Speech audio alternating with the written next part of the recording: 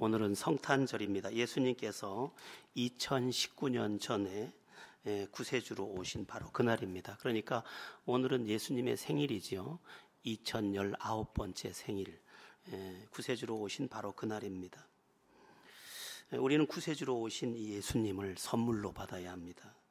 크리스마스가 되면 서로 선물을 주고받는데, 이것은 우리를 위해서 선물로 오신 예수님을 받은 그것을 감사해서 우리도 선물을 나누는 것입니다.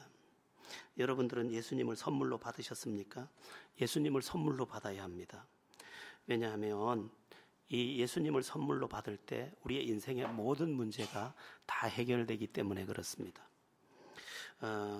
그 예수님이 우리의 선물로 올 때 어떤 은혜가 있고 어떤 복이 있는지, 그 선물이 와서 우리에게 어떤 것을 해결해 내는지 오늘 본문을 하나씩 살펴보겠습니다. 우리 이미 읽었는데 1절을 다시 한번 1절만 읽어보겠습니다. 전에 고통받던 자들에게는 흑암이 없으리로다. 옛적에는 여호와께서 스불론 땅과 납달리 땅이 멸시를 당하게 하셨으니 후에는 해변길과 요단 저쪽 이방의 갈릴리를 영화롭게 하셨느니라. 아멘.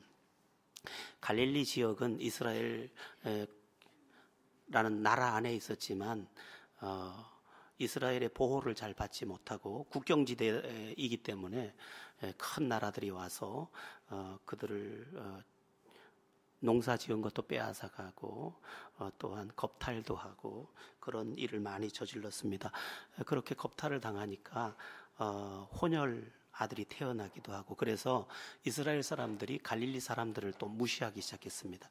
아이고, 혼혈 하나 낳는 이방인 같은 사람들, 그렇게 치부를 해서 무시를 하고 외면을 했습니다. 자기가 가진 모든 수고도 빼앗기고 또 무시도 당하고, 그리고 농토가 많지 않아서 물고기 잡아서 먹고 사는 게 고작이었기 때문에 가난했습니다. 그런데 그런 그들을 향해서 주님이 선물로 오셔서 뭘 하겠다고 하셨느냐? 멸시와 천대를 받는 것에서 다 건져내신다. 고통받던 자들에게 이제 흑암이 없으리로다. 그렇게 말씀하고 있는 것입니다. 예수님을 믿으면 우리에게 있는 모든 불행이 물러갑니다. 자, 제가 짤막한 영상 하나를 준비했는데 아주 짧아요. 아주 짧은데 우리 함께 굉장히 짧기 때문에 아주 집중을 해서 봐야 합니다. 한번 보겠습니다. 다 꺼주세요. 네. I am grace. I am not a mistake. I was bitter. Now I am liberated from anger with a heart full of love. I am created by God for a purpose. I have significance. An impact that only I can make. No matter who is looking, my value comes from God.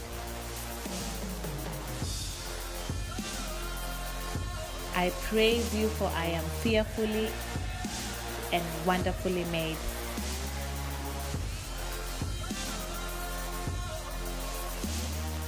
I am grace. 우리 박수 한번 하겠습니다. 손도 발도 없이 태어난 이 여자의 인생이 얼마나 비참했겠습니까? 그러나 그에게 예수님이 선물로 임하자 나는 하나님이 실수했다고 생각하지 않는다. 나라는 존재가 모두 하나님의 은혜다. 이렇게 인생이 바뀌었다는 것입니다. 우리가 구원받아야 될 많은 부분이 있는데 내 생각의 구원도 예수를 믿을 때 비롯되는 것입니다.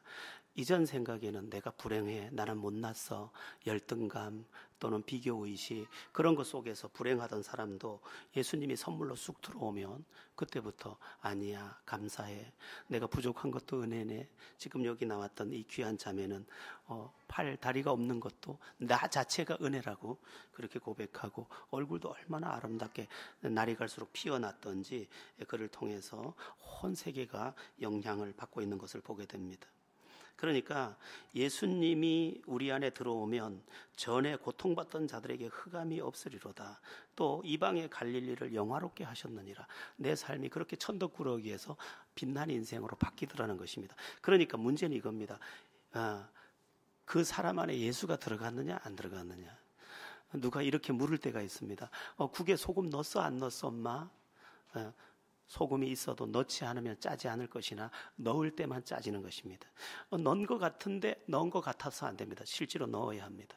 마찬가지로 예수를 믿는 것 같은데 믿는 것 같은 것은 안 됩니다. 실제로 믿어야 합니다. 예수가 누구의 인생에 실제로 들어가면 지금 여기 그레이스 같은 이 자매에게 일어난 일들이 일어나는 것입니다. 내 인생이 고마워요. 내 인생이 감사해요. 이렇게 찬송하게 되는 것입니다. 제가 여기 부산 생명의 전화 그 상담 봉사를 했었어요. 근데 그때 이사장님이 나타나셨는데 이사장님이 보이질 않는 거예요. 이사장님 오셨다 그러는데 목소리도 들리고 다 들리는데 이사장님이 안 보여요. 근데 이 강단이 높아서 강단 높이보다 키가 작으시니까 안 보이는 거예요. 근데 발판을 좀 미리 놔줬으면 좋을 텐데 준비를 못 해가지고 강단 뒤에서 마이크만 내려서 말씀을 하시는데 안 들리시는 거예요. 키가 1m 20인가 밖에 되질 않으세요. 근데 그분을 만나고 그분하고 사진을 찍으면서 느꼈던 것은 이분은 전혀 위축되지 않는구나. 그리고 믿음 안에서 아주 당당하시구나 하는 것을 느낄 수 있었고, 한편 당당하고 한편 겸손하고 자신감에 벅차 있고 그 생명의 전화를 잘 돈을 많이 들여서 후원하는 후원자로 그렇게 살고 계시더라고요. 나의 열등감에서 내가 건져지는 것도 쉽지 않거든요.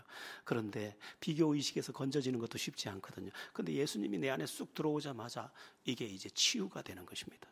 예수님을 선물로 받으세요. 예수님을 구세주로 딱 마음에 받아들이세요. 예수님 나의 구세주가 되주세요.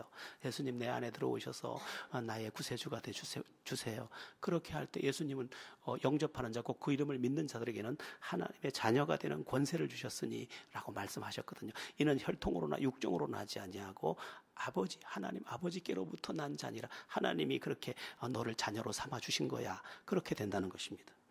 여러분들의 삶에 예수님이 선물로 쑥 들어가서 여러분의 인생에 꽃이 피고 행복이 되는 은혜가 있기를 축원합니다. 예수가 안 들어가서 문제, 들어가면 끝난 거예요. 다 이루어진 거예요. 그것은. 이제 2절을 함께 같이 읽어볼게요. 2절입니다. 시작. 흑암에 행하던 백성이 큰 빛을 보고 사망의 그늘진 땅에 거주하던 자에게 빛이 비치도다. 아멘. 흑암에 행하던 백성이 큰 빛을 보았다. 여기에서 흑암은 모든 불행을 말씀하는 거예요. 모든 불행. 어제도 뉴스를 보니까 대구에서 일가족 4명이 집단 자살을 한 것으로 추정되는 사고가 있었습니다. 왜 극단적인 선택을 했을까요? 앞이 안 보이니까, 캄캄하니까, 앞이 하나도 안 보이니까 가족들을 모아놓고 이야기를 한 거죠. 우리 같이 죽자. 그런데 얼마나 비참했던지, 얘 같이 죽어요. 얘 같이 죽어요. 그래서 같이 죽은 거죠. 얼마나 캄캄했으면, 인생이 캄캄한, 앞이 요만큼 희망도 안 보이는 그것을 가리켜서 흑암이라 그러는 거죠. 그런데 흑암에 행하던 백성이 큰 빛을 보았다.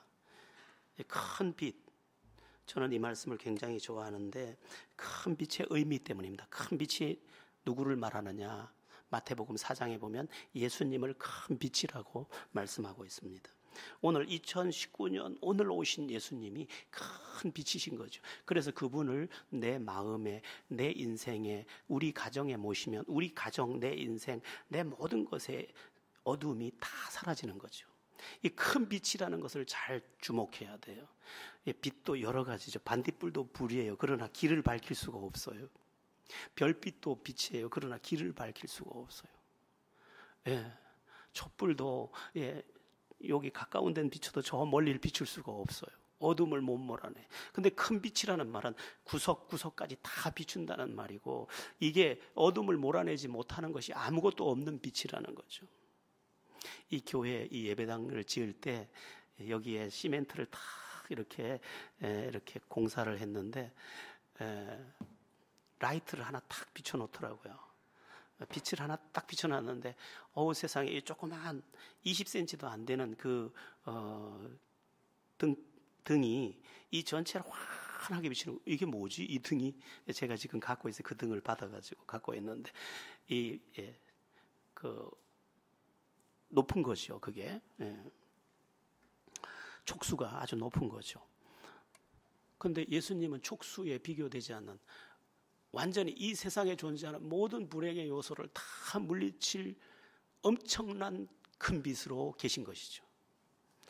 그 큰 빛은 구석구석, 마음 구석까지, 생각 구석까지, 내가 감춰둔 죄의 구석까지, 다 열등감의 구석까지, 그런 척하면서 교묘하게 속이는 거짓의 구석까지 다 비춰서 이 어둠을 다 쫓아내는 거죠. 내 안에서 어둠을 다 쫓아내니까 나를 불행하게 하던 요소도 다 사라지고, 슬프던 요소도, 부정적인 요소도 다 사라지고, 내가 찬란한 환한 빛 가운데 있는 그런 내가 되는 것이죠. 예수님을 믿으면서 얻게 되는 복 중에 복이 바로 이 큰 빛을 만나는 것이죠. 이 세상에는 반딧불 같은 빛이 많아요. 촛불 같은 빛도 있고요. 뭐 결혼도 한 촛불 정도 될까? 취업, 뭐 그것도 한 촛불 정도 될 것 같아요. 입학, 그것도 한 촛불 정도 될 것 같아요. 그러나 당장은 내 앞을 밝혔지만 인생 전체를 밝힐 수는 없어요. 그런데 큰 빛 대신 예수님께서 오셔서 내 인생을 밝혀주면 미래가 저만큼 다 보이고, 얼마만치 보이냐면 죽음 너머까지가 다 비춰지니까. 그래서 예수를 믿는다는 것은 과거의 상처도 다 비춰서 어둠을 몰아내주고, 현재도 어둠을 몰아내주고, 미래의 미지의 세계에도 다 캄캄함을 몰아내주고, 죽음 너머까지 다 캄캄함을 몰아내주셔서 그 안에서 내가 이렇게 말하게 되는 거죠. 어떤 순교자가 이렇게 이제 형틀에 매달려서 이제 밑에서 불을 지피려고 하는데 이렇게 위를 쳐다보니까 미소를 짓고 있는 거예요. 그래서 이 사람이 왜 미소를 짓고 있지? 지금 죽는데, 불에 타서 죽을 건데. 그래서 밑에서 물은 거지. 웃음이 나와요? 하고 물었더니, 나는 저 죽음 너머에서 나를 기다리는 주님을 보고 있네. 수고들이 많네. 꼭 예수님 만나시게. 그러고 가더라는 거지. 그럼요. 어제 제가 이제 코바디스라고 하는 영화가, 공짜 영화가 나오길래 잠깐 봤어요. 베드로가 돌아가서 로마 복음화를 하고 그 네로 황제의 폭정을 끝내고 이제 그 믿음의 계절이 오는 그런 영화를 잠깐 봤는데, 여러분, 큰 빛이 오면 이제 모든 염려의 그 구석구석까지도 다 몰아내서 우리의 삶에 그늘이 없는 하나님 안에서의 삶을 살 수 있습니다. 큰 빛 대신 예수님을 여러분의 마음에, 여러분의 가정에, 여러분의 인생에 모셔서 예수님을 영접함으로 그 모든 것을 누리게 되기를 바랍니다. 이렇게 이야기하는 사람도 많죠. 아니, 나도 교회 다니는데 그래도 아까 말한 것처럼 아직 예수님이 그 안에 안 들어갔다니까요. 예수님만 들어가면 되는 거예요. 이게 되는 거예요. 물론 완전할 수 없어요. 우리가 이 땅을 사는 동안. 그러나 예수가 그 안에 들어가기만 하면 예수가 그 안에서 빛의 사건을 일으켜 주시는 것이죠. 자, 이제 3절을 보겠습니다. 3절입니다. 시작. 주께서 이 나라를 창성하게 하시며 그 즐거움을 더하게 하셨으므로 추수하는 즐거움과 탈취물을 나눌 때의 즐거움같이 그들이 주 앞에서 즐거워하오니. 아멘. 여기 창성하게 하시며, 이 창성하게 한다는 것은 백성의 수를 많게 한다는 거예요. 그러니까 이런 뜻이에요. 숫자에 밀려서 강대국에게 여지껏 짓밟히며 졌는데 이제는 빼앗기지 않도록 그 너희의 힘을 강하게 해주겠다, 이런 말이죠. 그뿐만 아니라 추수하는 즐거움과 탈취물을 나눌 때의 즐거움을 갖게 하겠다, 이렇게 말하고 있습니다. 그동안은 빼앗기는 아픔밖에 몰랐는데 이제는 거두는 기쁨도 얻고 남의 것도 가지는, 그동안은 빼앗기는 슬픔만 알았는데 이제는 뺏는 즐거움까지 맛본다. 이건 무슨 말이냐면 인생 역전을 말하는 것입니다. 우리가 누구의 것을 빼앗아야 되는 게 아니라 이제 수고를 했더니 씨앗을 심었더니 그걸 고스란히 다 기쁘게 먹을 수 있고 가질 수 있고 또 내가 수고하지 않은 것까지 하나님이 여기저기서 갖다 줘서 내 삶이 풍성하게 해주시더라는 것입니다. 물론 예수님을 믿을 때 연단이라는 것도 있고 시험이라는 것도 있지만 꿋꿋한 믿음, 예수님을 내 마음에 온전히 영접한 믿음은 결국 내 삶이 역전되는, 승리가 되는 삶에 이르게 한다는 것입니다. 여러분, 여기 있는 학생들, 우리 청소년들, 청년들 잊지 마세요. 아직 예수님이 내 안에 있는 것을 모르는 분들, 예수님이 내 안에 들어와서 내 인생을 주장하면 내 인생은 역전되리라. 한번 따라해 보겠습니다. 역전되리라. 우리 옆에 분에게 이렇게 얘기해 보겠습니다. 역전된대. 네, 반드시 역전됩니다. 제가요, 처음 신앙생활할 때 제가 신학을 간다고 이렇게 하고 하니까 참 걱정들을 많이 했어요. 그때는 너무 초라했어요, 제가. 왜냐하면 다른 사람들은 다 승리하는 것 같은데, 근데 이제 바뀌고 있어요. 다 역전되리라, 역전되리라. 하나님께서 하나님의 사람으로 사는 것이 어떤 때는 어리석어 보이지만 이후에 보니까 와, 모든 사람들이 어떻게 그렇게 복을 받아, 어떻게 그렇게 잘 돼, 어떻게 그렇게 모든 게 형통해, 그런 은혜를 누리는 것입니다. 여러분의 삶에 예수님이 선물로 들어감으로 그 모든 복을 받게 되기를 바랍니다. 4절 5절을 이제 4절 5절을 함께 보겠습니다. 4절 5절입니다. 시작. 이는 그들이 무겁게 맨 멍에와 그들의 어깨의 채찍과 그 압제자의 막대기를 주께서 꺾으시되 미디안의 날겨같이 하셨음이니이다.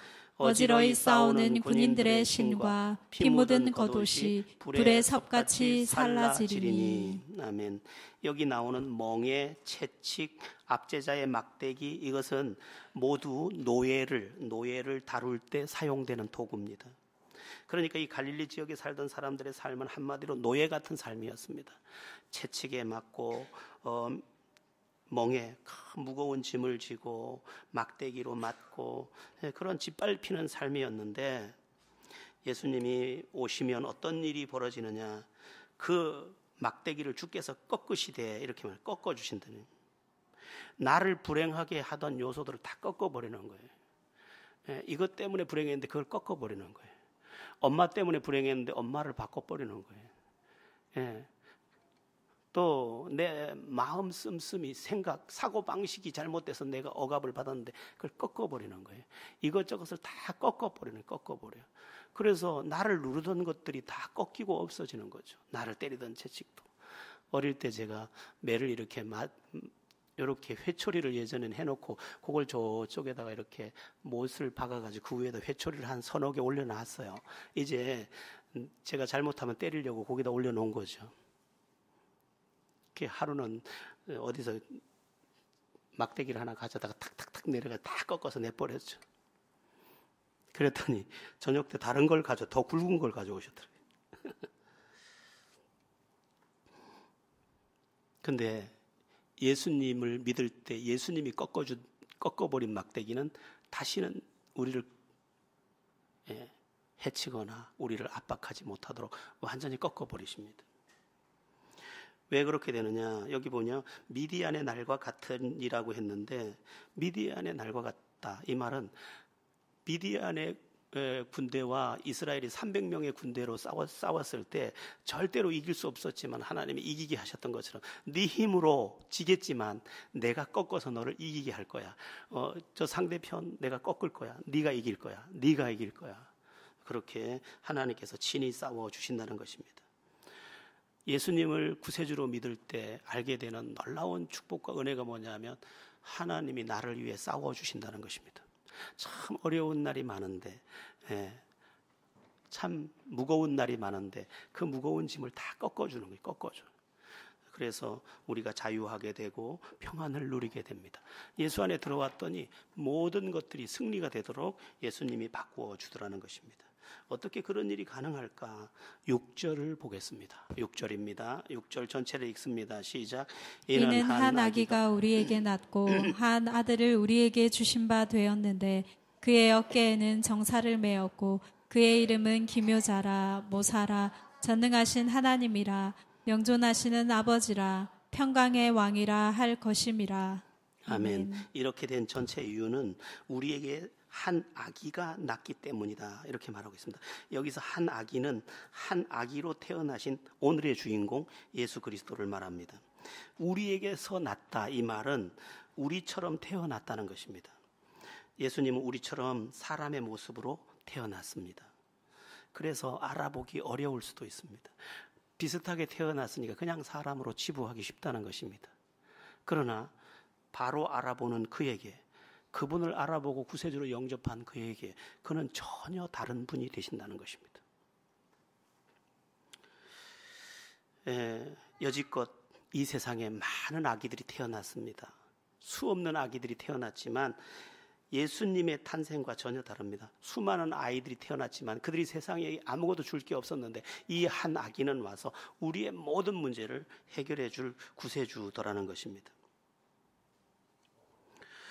자, 도대체 이 한 아기는, 즉 이 예수님이 누구시기에 그분이 우리에게 오기만 하면 우리의 인생이 그토록 다 바뀌는 것일까? 여기 보니까 6절 처음에 한 아들을 주신 바 되었는데 그의 어깨에는 정사를 메었고, 이 정사라는 말은 통치를 말합니다. 통치, 다스린다는 것이. 그분이 오셔서 이 세상을 다스리는 가운데 우리에게 승리가 되도록 경영하신다는 것입니다. 우리가 예수님을 구세주로 받아들이면 예수님이 오셔서 내 인생을 경영해 주면서 내가 이길 수 있도록 그렇게 판을 짜주시고 길을 열어주신다는 것입니다. 그리고 내가 캄캄할 때 빛이 되어주시면서, 내가 압박당할 때 그걸 꺾어주시면서 그렇게 우리 안에서 통치자로서 그분이 우리를 건져내신다는 것입니다. 예전에는 왕이면 다잖아요. 왕이면 아무 일도 없게 하면 없는 거예요. 마찬가지로 이 통치자 되신, 왕 되신 우리 예수님께서 오셔서 우리가 승리할 수밖에 없도록 그렇게 해주기 때문에 예수님이 내 인생에 들어오면 통치자 되신 그분이, 지금은 아기로 오신 것 같지만 그분이 구세주시기 때문에 그분을 영접하는 자에게 이러한 그분의 통치 안에서의 승리가 주어지게 되는 것입니다. 또 이 아기는 한 아기가 낳는데 정사를 메었고 그의 이름은 기묘자라 모사라. 기묘자라는 말은 기이한 분, 이성을 초월하는 분, 이런 뜻입니다. 우리가 상상할 수도 없는 분이라는 거죠. 모사, 지혜로운 분, 그런 뜻이에요. 그분의 지혜를 가지고 우리를 기이한 방법으로 돕고 기이한 방법으로 인도하셔서 우리가 승리하도록 만들어주시는 분이라는 것입니다. 예수를 오래도록 믿어보면 참 신비하다 생각이 듭니다. 기이한 방법으로 길을 열고 기이한 방법으로 도와주고 기이한 방법으로 복을 주고, 여러분들이 예수 안에서 살면서 물론 험난한 길들도 넘기도 하지만 하나님의 기이한, 하나님이 보내신 이 기이한 우리 구세주께서 기이한 방법으로 우리를 완전히 건지셔서 결국은 하나님 감사해요, 예수님 감사해요, 그렇게 할 수밖에 없게 하시는 분이라는 것입니다. 그뿐 아니라 이 한 아기가 어떤 분이냐, 전능하신 하나님이라니. 전능하신 하나님, 한 아기인데 육신의 몸을 입고 오셨지만 그는 실제로는 전능하신 하나님이라는 거죠. 그래서 못할 것이 없는 그분이시기에 오셔서 못할 것이 없기에 모든 것이 되도록 열어주시고 또 지킬 것을 지키고 건질 것을 건지셔서 우리가 승리하도록 만들어주시는 구세주라는 것입니다. 우리가 믿는 예수님은 힘없는 옆집 아저씨가 아니에요. 힘없는 우리 아빠도 아닙니다. 힘없는 우리 형도 아니에요. 힘없는 우리 엄마도 아니에요. 우리의 구세주 되신 예수님은 저 하늘의 원수 마귀까지 다 물리치는, 요한계시록에 보면 용들을 물리치고 모든 하늘의 권세까지 다 장악한, 못할 것이 전혀 없는 전능자라는 것입니다. 그 전능자께서 우리를 건지기 때문에 우리가, 예수가 내 안에 들어올 때 우리는 예수님과 더불어서 승리한다는 것입니다. 그런 복을 누리게 되기를 축원합니다. 그 다음에 영존하시는 아버지라. 그래서 영존하시는 아버지라. 아버지는 자식을 사랑하고 보호하고 인도하는 분인데 한계가 있죠. 딸한테는 시집 갈 때까지만, 또는 돈을 벌 때 동안만 뒤를 봐주고 도와주겠죠. 그런데 우리가 구세주로 믿고 받아들일 이 예수 그리스도는 영원부터 영원까지, 오늘만 책임지는 것이 아니라 또 내일까지만 책임지는 게 아니라 영원히 영원히, 그래서 죽음 너머까지를 책임져 주시는 주님이시라는 것입니다. 그러니까 예수를 믿는다는 것은 보통 이야기가 아닙니다. 예수님을 구세주로 믿는다는 것은 내 전 생애가 완전히 보호와 또한 완전한 지키심 안으로 들어간다는 것을 말하는 것이죠. 여러분들이 예수님을 선물로 꼭 받아 가지시기를 축원합니다. 그 다음에 평강의 왕이라 하실 것임이라. 평강의 왕, 평안의 주인이라는 말입니다. 예수님을 믿었더니 그 평화의 왕이 오셔가지고, 평강의 왕이 오셔서 우리의 삶 전체를 평화롭게 바꾸어 주신다는 것입니다. 예수가 들어오면 마음이 평안하고, 가정이 평안하고, 나와 너의 관계가 평안하고, 인생의 모든 날이 평안해지는 것입니다. 사람들이 가장 욕망하는 게 뭔지 아세요? 아우, 평안하게 살고 싶다. 그런데 오늘 날이 맑은 듯 싶으면 내일 굳고, 오늘 뭔가 되는 듯 싶으면 내일 또 안 되고, 이런 오르막과 내리막을 반복하는데, 예수가 내 안에 들어오고 났더니 이상하게 내 영혼이 호수처럼 자꾸 잔잔해지면서 여러 가지 일이 있음에도 불구하고 그럴 수 있지, 그렇겠네, 좋아. 왜? 평강의 왕이신 주님께서 내 마음과 내 인생과 우리 가정과 우리의 관계를 다 주장해 주기 때문에. 예수가 들어오면 2019년 전 오늘 오신 그 예수님이 내 인생에 들어오기만 하면 나는 평안의 사람이 되는 것입니다. 이것을 갖다 붙이면 끝도 없어요. 마음이 평안하고, 가정이 평안하고, 인생이 평안하고, 나와 너의 관계가 평안하고, 형편이 평안하고, 하고 싶은 거 있어요. 모든 평안이 주님으로 말미암아 내게 오는 것입니다.